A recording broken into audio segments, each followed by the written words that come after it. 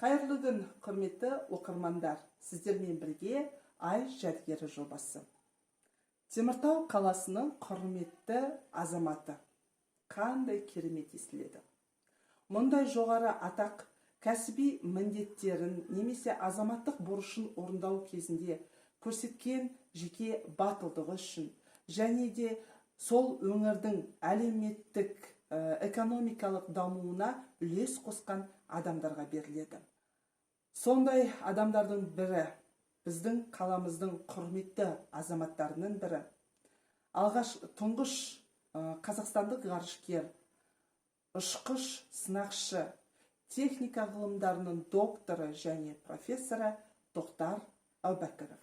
2005 жылы Тоқтар Әубәкіров біздің музейді тамашалап, музей қорына өзінің жеке қолтаңбасы қойылған Талғат Сүйінбайдың тұңғыш қазақ ғарышкері Тоқтар Әубәкіров атты кітабын сыйға тартты. Бұл кітап қазақтың бір туар азаматы Тоқтар Әубәкіров туралы ғұмырнамалық эссе. Бұл кітапта ғарышкердің өмірінен алынған қызықты оқиғалар жинағы жазылған.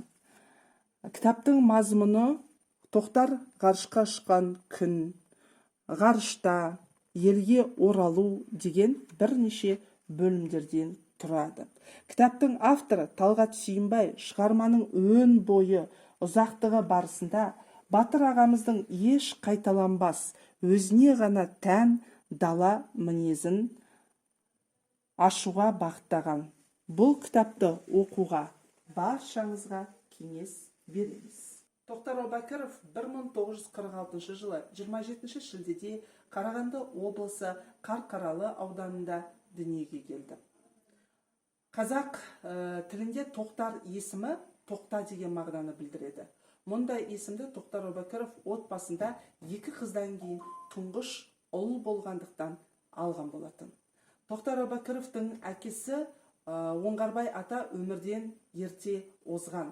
Сол себепті де Тоқтар Әубәкіровтың анасы кішкентай балаларын алып Теміртау қаласына үлкен қызы Бекен мен күйеу баласы Нығметтиннің отбасына көшіп келеді. Бұл уақытта Тоқтар ағамыздың жасы небәрі 1 жаста болған. Осы қалада Тоқтар атамыз нөмір 3 мектебінде 1 сыныптың табалдырығын аттады. Тоқтар Әубәкіров бала кезінен ұшқыш болуды армандаған. Ұшақты көргенде мен өмір бойына ғашық болдым. Егер менен бұл өмірде кімді немесе нені бәрінен артық жақсы көресің десе, ол ұшақ болады деп айтқан болатын. Еңбек жолын орта мектептің 8 сыныбын бітіргеннен кейін бастайды. 1962 жылдан 1965 жылдарға дейін Теміртау қаласының құю механикалық зауытында токарь қызметін атқарады. Осы жылдар ішінде ол жұмыста өзінің еңбегімен көзге түседі. Бір өзінің ауысымда 3 есе норманы орындаған, сонымен қатар өнімнің сапасын сақтаған. Және де бүкіл зауытта Әубәкіров жасаған деген өзінің жеке белгісін алған. Мұндай белгімен түскен өнімдер зауытта тексерусіз өткен. Тоқтар ағамыз осындай еңбегі үшін, лайықты еңбегі үшін небәрі 17 жасында Теміртау қаласының Димитриева көшесінің 66 үйінен өзінің алғашқы пәтеріне ие болды. Бірақ жас жігіт өзінің арманын ұмытпады. Армавир қаласындағы ұшқыштар дайындайтын жоғары әскери училищесіне жол тартты. Өзінің бір сұхбатында Тоқтар Әубәкіров былай дейді: Теміртау қаласы маған сеніп, Армавир қаласындағы жоғары әскери училищесіне жолдама берген үшін мен қалаға дән ризамын. 1976 жылдың маусым айында Тоқтар Әубәкіров Улан-Удэ авиазауытының ұшқыш сынақшысы болды. Ол МиГ-29К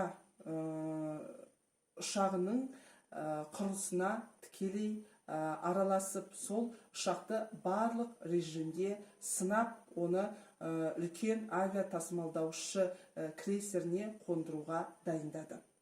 1989 жылы қараша айында Тоқтар Әубәкіров Тбилиси авиатасымалдаушы крейсеріне үлкен шеберлікпен МиГ-29К реактивті ұшағын қондырып, КСРО-да бірінші болып авиатасымалдаушыдан ұшуды орындаған болатын. Осындай өмірінің ең ауыр кезеңі, өлім мен өмір беттескен кезеңінде бұл оқиға өміріндегі ең жарқын тарихи оқиғасы болды. Осындай ерлігі мен батылдығы үшін Тоқтар Әубәкіров үлкен атаққа, Кеңес одағының батыры атағына ие болды. Және де оның есімі Гиннес рекордтар кітабына енді.